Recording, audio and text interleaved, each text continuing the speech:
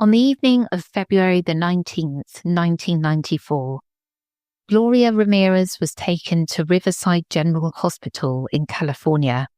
She was 31 years old, a mother of two, and critically ill with advanced cervical cancer. The doctors and nurses who gathered around her were trying to save her life. But within minutes, something inside that emergency room began to go terribly wrong. Staff noticed an unusual smell, a strange sheen on her skin, and something odd about her blood. Then one by one, the people treating Gloria began to fall sick themselves. By the end of the night, Gloria was dead.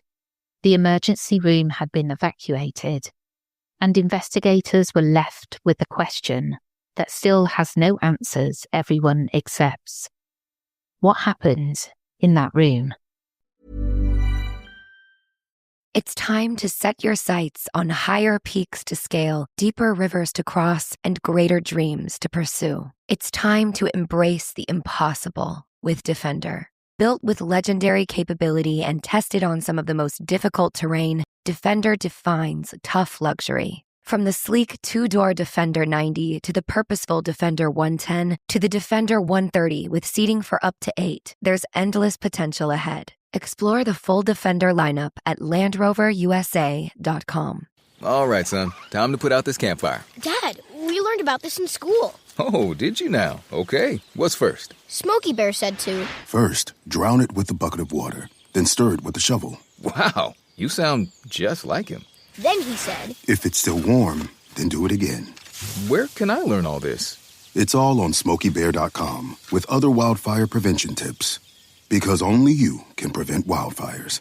Brought to you by the USDA Forest Service, your state forester, and the Ad Council.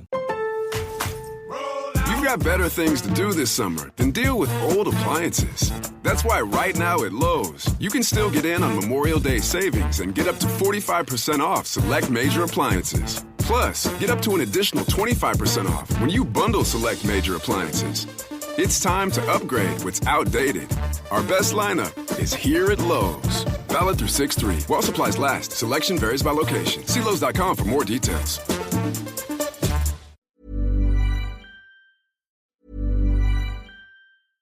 It's time to set your sights on higher peaks to scale, deeper rivers to cross, and greater dreams to pursue. It's time to embrace the impossible with Defender. Built with legendary capability and tested on some of the most difficult terrain, Defender defines tough luxury. From the sleek two-door Defender 90 to the purposeful Defender 110 to the Defender 130 with seating for up to 8, there's endless potential ahead. Explore the full Defender lineup at LandRoverUSA.com. Ever notice how life's best stories don't happen in your living room? They happen on the open road, out on the water, or parked under the stars. At Progressive, they get that you want to focus on the experience, not worry about the what-ifs. That's why they offer quality insurance designed for your ride, whether that's a boat, RV, or motorcycle. Adventure with confidence. Visit Progressive.com and see how easy it is to protect your favorite way to get away. Progressive Casualty Insurance Company and Affiliates. Not available in D.C. Prices vary based on how you buy.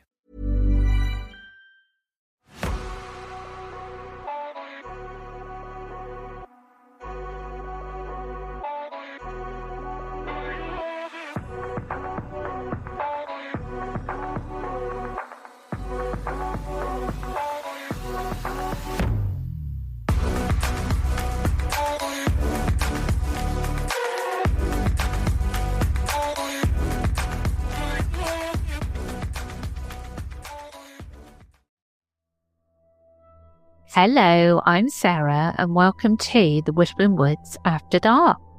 I have one interesting story to share with you today, and this is more like a medical mystery type story, and it was also recommended by Debbie. Thank you, Debbie. I hope you enjoy it. Are you ready for the story?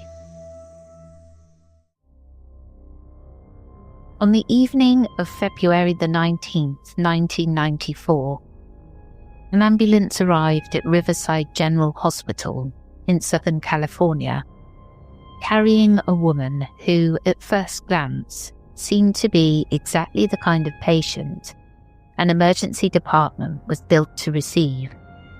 Her name was Gloria Ramirez. She was 31 years old, a mother of 2, and she was already gravely ill.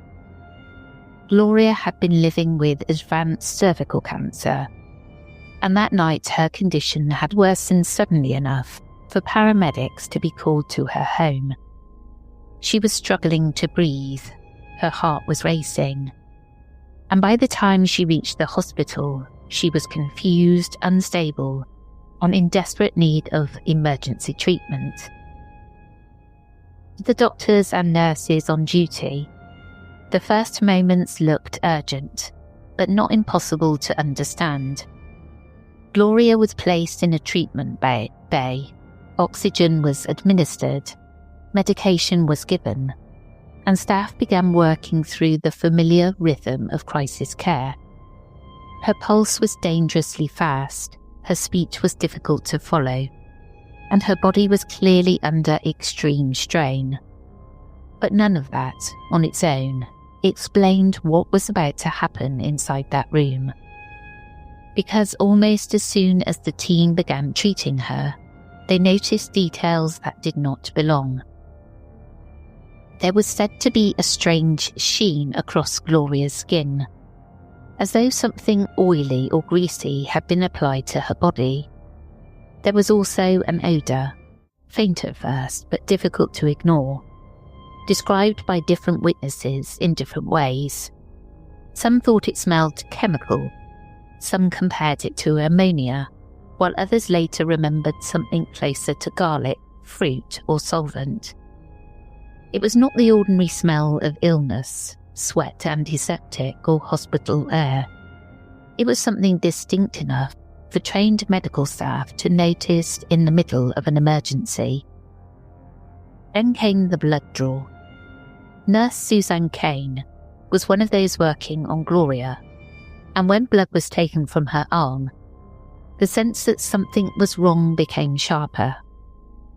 The blood itself reportedly seemed unusual. Medical staff later described strange particles or crystals in the sample, and the odour around it became stronger. It was the kind of small detail that might have been logged, questioned, and investigated later if the night had unfolded normally. But there would be nothing normal about what happened next. Within moments, staff who had been caring for Gloria began to feel ill. One became lightheaded, another felt nauseous. Eyes watered, breathing became difficult. People who had been standing upright only seconds earlier suddenly struggled to remain on their feet. Medical resident Dr. Julia Gorchniski, who had been examining the blood sample, began to collapse. Nurse Susan Kane was also overcome. Respiratory therapist Maureen Welch became ill as well. And in the confusion that followed, the emergency department began to turn from a treatment area into a scene of fear and uncertainty. The people trying to save Gloria were now becoming patients themselves. Emergency rooms are chaotic by nature, and medical staff are trained to work inside pressure, blood, panic, pain and death. They do not easily abandon a patient. They do not collapse in groups because of ordinary stress. Yet inside Riverside General that night, something seemed to be spreading through the treatment area, quickly enough and severely enough that the hospital had no choice but to react as though a hazardous substance might be present. The emergency department was evacuated, patients and staff were moved out. Ambulances were diverted away from the hospital. People gathered in the car park, while those still inside tried to contain whatever was happening and continue attempts to save Gloria's life with a reduced team. The situation had become almost impossible. A dying woman lay in the centre of the crisis. But the act of treating her seemed to be harming the people around her. Gloria was intubated. She was given emergency medication. She was defibrillated. Staff continued working, even as their colleagues were being helped from the room. But despite those efforts, they could not bring her back. At 8:50 p.m, Gloria Ramirez was pronounced dead. She was 31 years old. In any other circumstances, that would have been a tragedy, a young mother dying far too soon from a cruel illness, leaving behind children and family who loved her. But in the hours that followed, Gloria's death became attached to something else, something stranger and far more public. By the time the night was over, more than 20 members of hospital staff had reportedly developed symptoms, with several requiring hospital care themselves. And the question facing investigators was no longer only why Gloria had died. It was what had happened in that room. The first answer seemed obvious, because it was the one everyone feared. Something had poisoned the staff. But when hazardous materials teams searched the emergency department, they did not find a leaking chemical container, an obvious gas source, or an environmental contaminant that could easily explain what had happened. The hospital environment did not give up a simple culprit. There was no neat object to point to, no industrial spill, no visible cloud hanging in the air. And so attention turned back to the patient herself. That was when the story began to leave the world of ordinary medical emergency and move into the darker territory that would make Gloria Ramirez famous for reasons her family never wanted. Newspapers and television reports would soon give her a name that sounded less like a human being and more like an urban legend. They called her the Toxic Lady. It was a cruel label, because Gloria was not a monster, and she was not an experiment or a cautionary tale.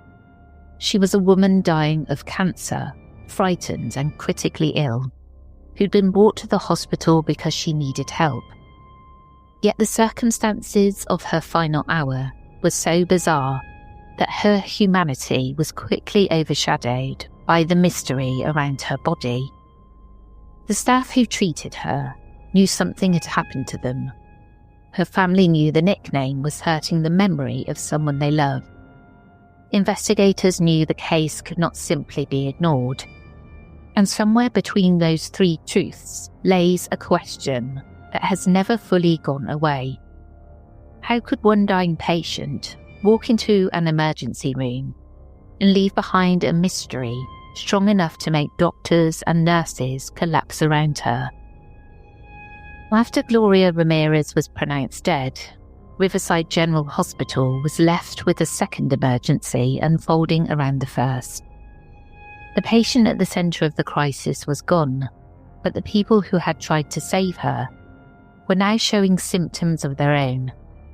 Reports differ slightly in the numbers, but the commonly repeated figure is that 23 of the 37 emergency room staff developed some kind of illness after the incident, with several requiring hospital treatment and a smaller number admitted for more serious care.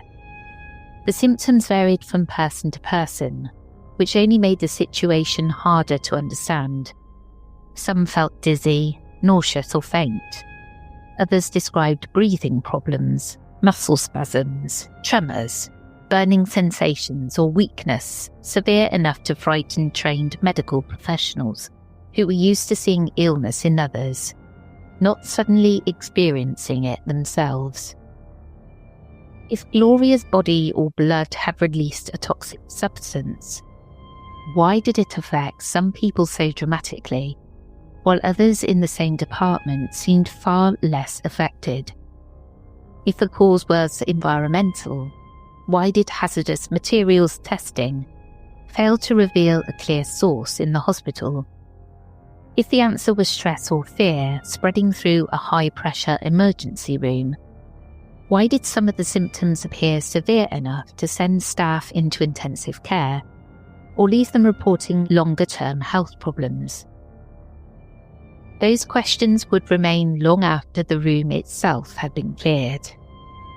On that night, though, there was no time for calm debate. The hospital reacted as if a dangerous contaminant might be present, because that was the only safe assumption. The emergency department was evacuated.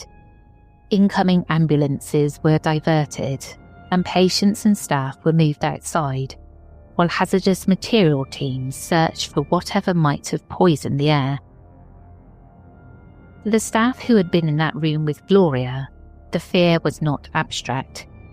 They had seen colleagues collapse. They had smelled the strange odour. Some had handled the blood sample. Others had been close enough to feel their eyes water or their breathing change. Whether the cause was chemical, psychological, environmental, or something stranger, the experience itself was real to those inside it. One of the most seriously affected was medical resident Dr. Julie Gorczynski, who'd been near the blood sample and later described severe symptoms. Other staff, including nurse Susan Kane and respiratory therapist Maureen Welch, were also caught up in the incident and later reported serious or lingering effects. The official investigation would later focus heavily on chemistry, but the first hours after Gloria's death were dominated by uncertainty. Staff wanted to know what they had breathed in, touched, or stood near. Administrators needed to know whether the emergency room could reopen. Public health officials had to consider whether there was any continuing danger. Gloria's family, meanwhile, had lost a daughter, sister, and mother, only to find that the circumstances of her death were already beginning to overshadow who she had been. In the days after her death, investigators began trying to separate fact from fear. Gloria's body was handled with exceptional caution, and according to later accounts, was placed in a sealed, double-lined aluminium coffin while testing continued. The emergency room had already been searched, and no simple environmental source had been found. That pushed the investigation toward the most disturbing possibility, that whatever affected the staff had somehow come from Gloria's body, her blood, or something in her system during treatment. But even that idea raised more questions than it answered. A human body does not normally become a source of airborne poison strong enough to incapacitate medical staff. Cancer can change the body profoundly, especially in its late stages. Kidney failure can alter the way substances build up in the blood. Medications can create unusual metabolic byproducts. But none of that, at first glance, explained a scene in which emergency workers fainted, gasped for breath, shook, vomited, and later argued that they'd been exposed to something real and dangerous. The staff were not the only people demanding answers. Gloria's family also wanted clarity, but for a different reason. They were distressed by the implication that Gloria had somehow been responsible for harming people, and they were angered by the public speculation that gathered around her. The Washington Post reported in April 1994 that after months of investigation and multiple autopsies, officials acknowledged that the mystery of what sickened the workers remained unsolved, while Gloria's family accused authorities of mishandling the investigation. So by the time the first wave of panic settled, the case had already split into two unresolved stories. The first was Gloria's death, which officials linked to the catastrophic effects of advanced cervical cancer, including heart and kidney failure. The second was the collapse of hospital staff, which had no explanation simple enough to satisfy everyone. It was possible for investigators to say why Gloria died, at least in broad medical terms, without being able to say with certainty why the people around her became sick.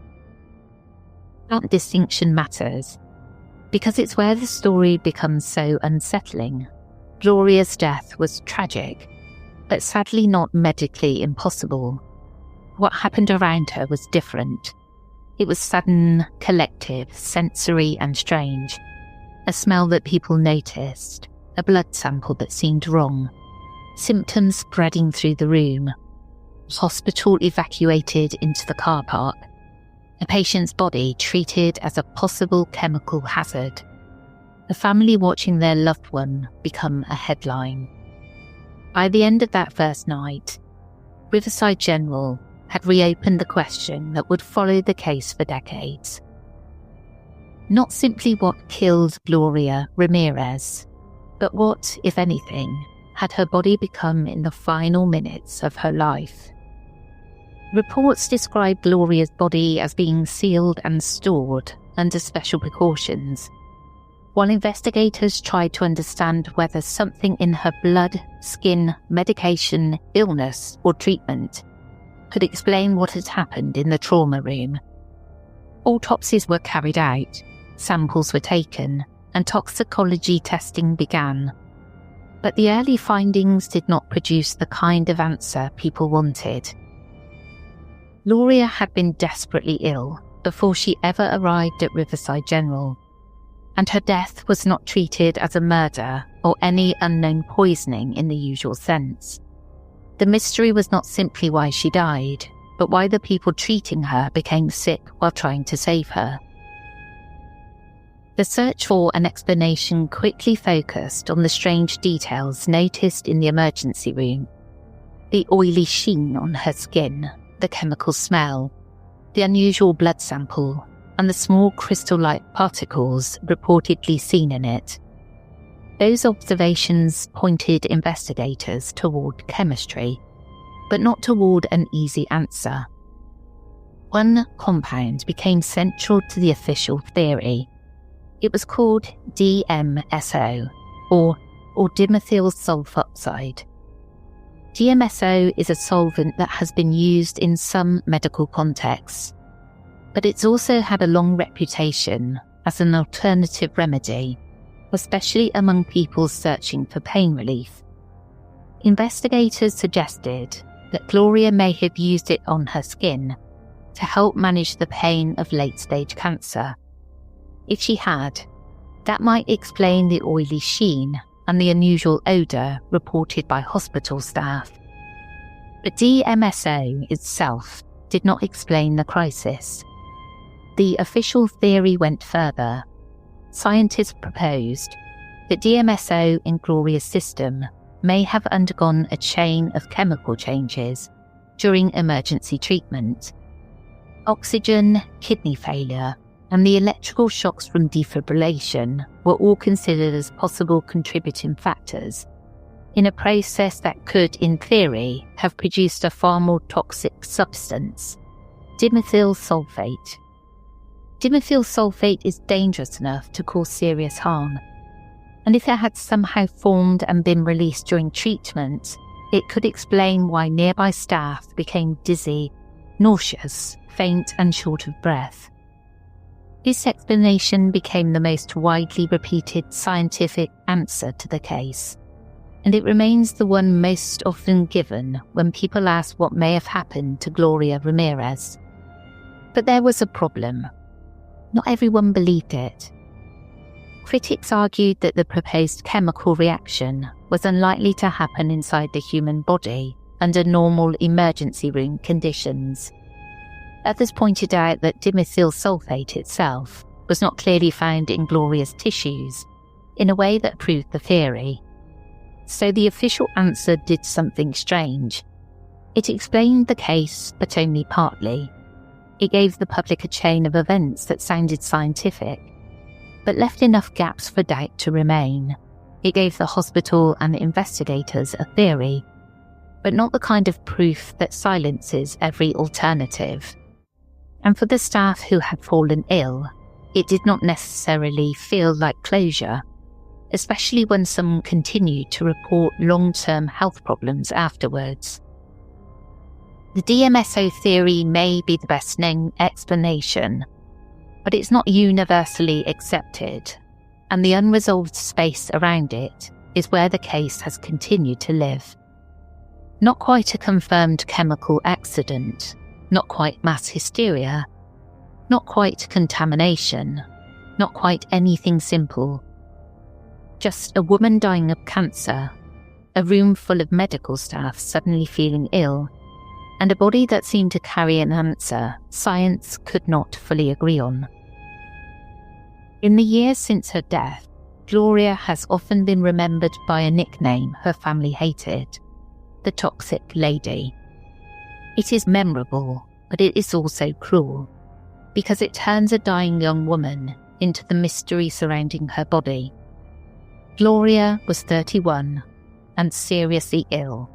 She was a mother, and on the night she was taken to Riverside General Hospital, she was not dangerous in any deliberate sense. She was frightened, unstable, and in need of help. But whatever happened in that room, Gloria Ramirez should not be remembered as a monster or a medical curiosity alone. She was a woman at the end of her life, and the mystery began because people were trying to save her. That is what makes the case so unsettling.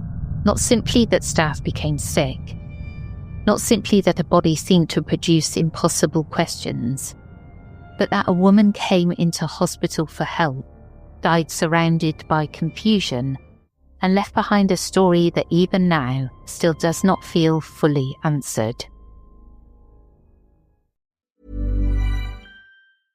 It's time to set your sights on higher peaks to scale, deeper rivers to cross, and greater dreams to pursue. It's time to embrace the impossible with Defender. Built with legendary capability and tested on some of the most difficult terrain, Defender defines tough luxury. From the sleek two-door Defender 90 to the purposeful Defender 110 to the Defender 130 with seating for up to 8, there's endless potential ahead. Explore the full Defender lineup at LandRoverUSA.com.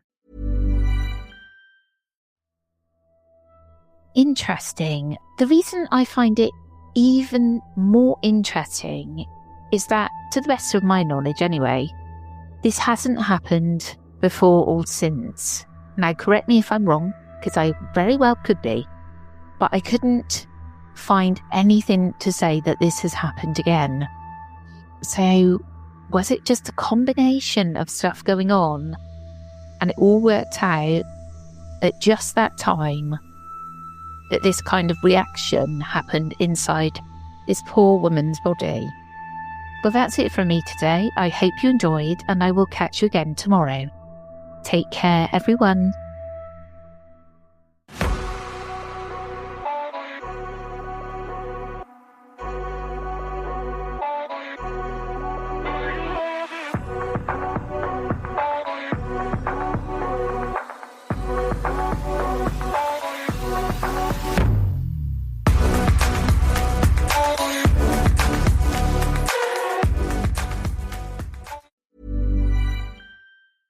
It's time to set your sights on higher peaks to scale, deeper rivers to cross, and greater dreams to pursue. It's time to embrace the impossible with Defender. Built with legendary capability and tested on some of the most difficult terrain, Defender defines tough luxury. From the sleek two-door Defender 90 to the purposeful Defender 110 to the Defender 130 with seating for up to 8, there's endless potential ahead. Explore the full Defender lineup at LandRoverUSA.com. Morning people wake up for peace and quiet. McDonald's breakfast people, we wake up for the sweet rush of getting that warm, delicious breakfast right before it ends. Hotcakes, sausage patty, hash browns, scrambled eggs, biscuit, real butter, and syrup. You know how our big breakfast got its name, and you know where your whole family can share one for just $6. McDonald's. Limited time only. Price and participation may vary. Cannot be combined with any other offer or combo meal. Ba-da-ba-ba-ba. Your place works hard, just like you do. From last night's dinner to everyday messes, you want a clean that actually delivers.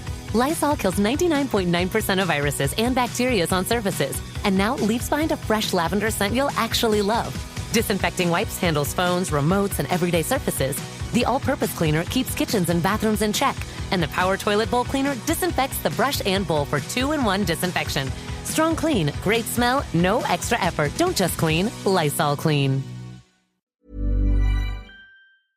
The stories told on the Whispering Woods are inspired by historical records, witness reports, and local folklore.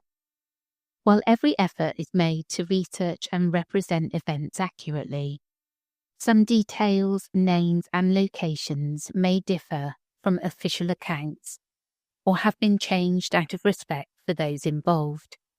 These episodes are created for storytelling and entertainment purposes and should not be considered definitive fact or investigative journalism.